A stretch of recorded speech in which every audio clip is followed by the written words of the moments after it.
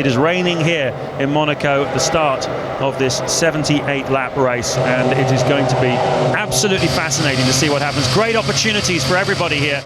So then let's start with the lights out. And the cars are all on the grid. You got a Ferrari 1-2. And actually, this was the 2008 season, a championship that was won on the last corner of the last lap by Lewis Hamilton beating Felipe Massa. But what people probably will forget is that Kimi Räikkönen was the early championship leader. He was just starting to eke out a decent lead, and he's the reigning champion from the year before with Ferrari. So round 6, Räikkönen leads the championship by 7 points. A win is worth 10, so that's a decent margin back at this time. He's had 2 wins, 4 podiums out of 5 races, and he starts in second place. So he's a big threat for both Hamilton and Massa in the championship. So it's worth remembering that as we go to what was a crucial race, actually, for the championship as a whole. I love looking at the old races and going back 15 years to look at a classic. And the first thing that I can notice on this one is just how far back Massa is starting from his grid box. I mean, look at this. The yellow line we still get now, that's been moved out after there are incidents this year of drivers starting outside of their grid box. But now, look how far back Massa is here from where he could be, right on the white line with those front tyres. And Verstappen's exploited that already this season, got right up to it. But Massa, on a circuit where overtaking is so difficult and the start is so crucial, has given away almost a metre already into turn 1. And it's just interesting looking at Räikkönen and Hamilton from this angle as well. They're a little bit better. They're on the yellow line, which is kind of more the norm that we see now. But yeah, Massa giving up a huge amount on such a critical start in Monaco. But as we get lights out, it doesn't affect him. The big move comes from Lewis Hamilton in third. He's about to take second here. So lights come on. Wet start, always tricky, always tough to find the grip. And Hamilton immediately goes to the inside line then. So Massa's covering off Räikkönen. There's just a drier groove that Hamilton's going to go down here. And you can just see the difference in colour of the tarmac there and the tarmac there. And that's just basically got a little bit more grip there that Hamilton's found. And so he gets better drive and he comes immediately up the inside of Räikkönen. And he's not far away from being able to have a nose in on Massa as well. So Massa giving up that little bit of meterage at the start. It didn't cost him, but it was quite close to the driver in third coming through and having a fight for the lead. But as it is, Hamilton takes second. That's quite an important one for Lewis. Even with everything else that unfolds in the Grand Prix, getting into second, splitting the Ferraris is an important move.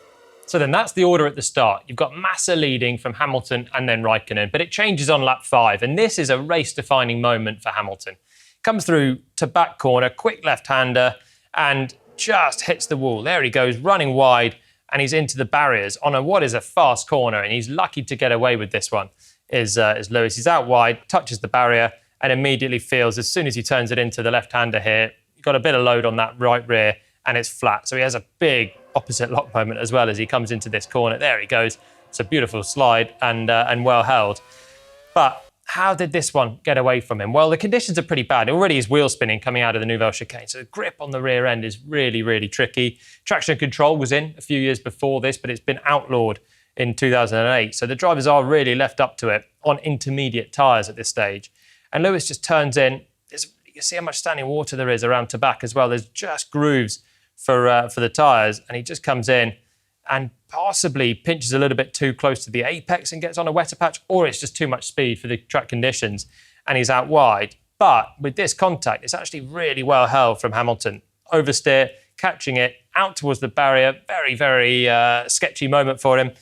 But he picks it up quite nicely. And in the end, it's not a huge whack of the rear because he's actually held it fairly well on what is the narrowest circuit on the calendar. And he's just glanced the right rear. That's caused the puncture. The right front's there as well. You'd be surprised if there's not a bit more damage across the board hitting the wall at to back corner. But for Hamilton, there's not. There he goes through, immediately gets on the radio to his team, is controlling the three-wheeled McLaren through swimming pool, which is pretty tough as well. And he comes into the pits. So that's Hamilton, what should have been a pretty disastrous moment, but he gets away with it. And the reason he does that is because of this. Everyone else that had drama in the race, and there was so much of it throughout, it pretty much cost them a chance in the Grand Prix. Hamilton's the only driver to have tapped the ball, had a serious issue with it, and managed to keep himself in contention. And this is the race plot then of everyone, and this is why he managed to do it, because actually, even in 5 laps, the field spread was so big that Hamilton's managed to come in, McLaren have dumped a load of fuel in the car as well. He's been stationary for quite a long time, and he's still emerged in 5th position, just behind Fernando Alonso in the Renault. And then Alonso is going to crash and tap the wall himself on the next lap. So he's effectively 4th position, Hamilton, when he comes back out. And it's so important on a track that you really can't overtake on, even in 2008. So difficult. The moves were few and far between.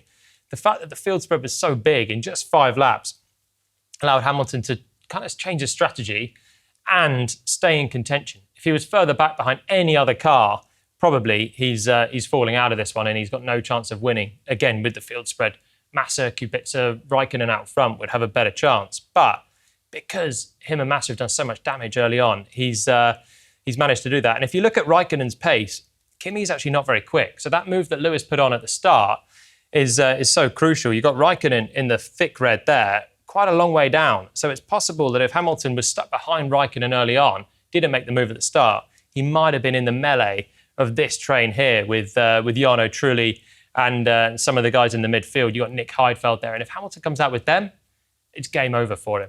But he managed to get the place at the start.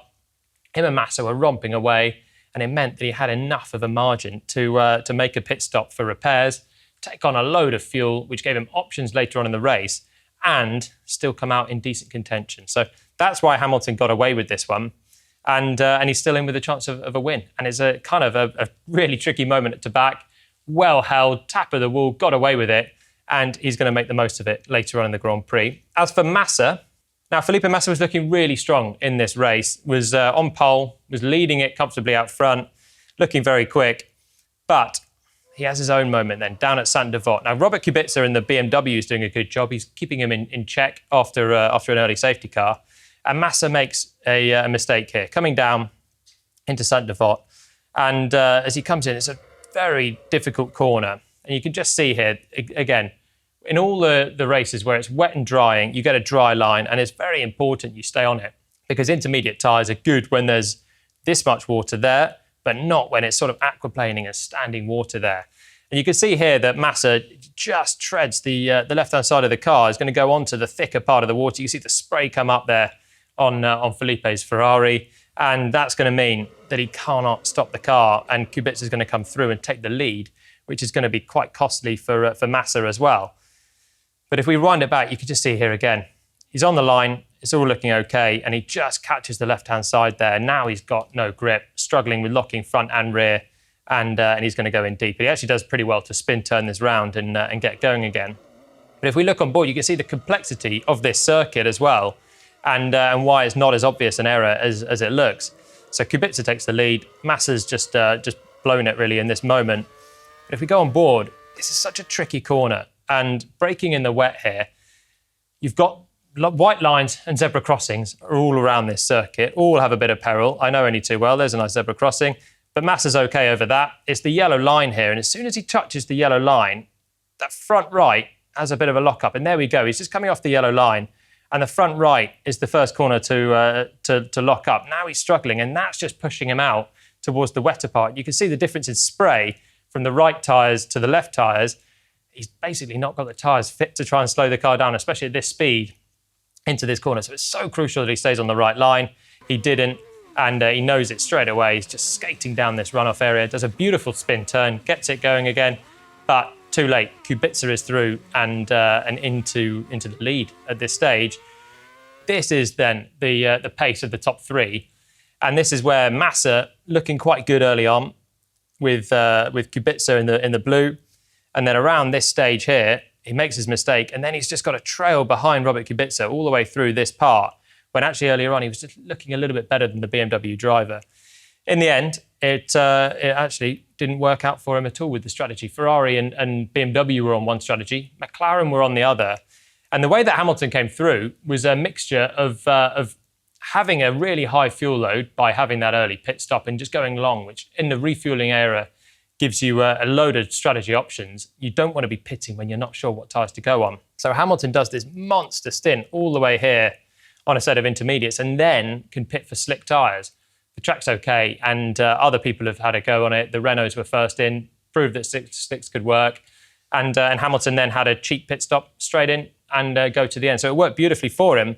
but also his pace was just tremendous as well. And you can see the line of the McLaren graph there and the other two here, second and third, and it's just much more pace for Hamilton. So he's managed to build out a gap, and even if he had a second pit stop, he probably would still win it. The crucial thing for him was actually hitting the wall earlier on. That gave him a strategy offset and gave him a chance to do something completely different to the Ferrari and the BMW.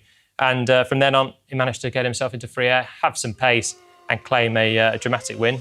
He was the only driver to hit the wall and make something of the rest of the race. Everyone else ended up with nothing. Hamilton ended up with a win.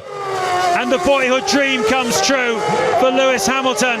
He pulls over to his team on the pit wall, and Lewis Hamilton wins the Monaco Grand Prix. He walks in the shadow of Ayrton Senna 15 years after the Brazilian maestro last won this race.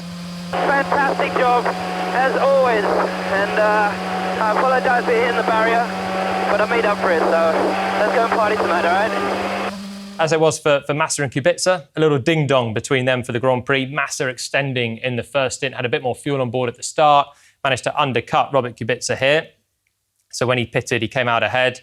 But later on, Kubica managed to get on the slick tyres quicker here, takes the pit stop there. Massa takes the pit stop 4 laps later, and it's enough that Kubica on the slicks manages to get back ahead of Massa. And in the championship, that was quite a big swing there. What could have been disaster for Hamilton is a win.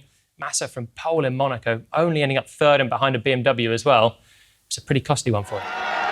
Just look at that face. It tells you everything you need to know about how much this means to Lewis Hamilton.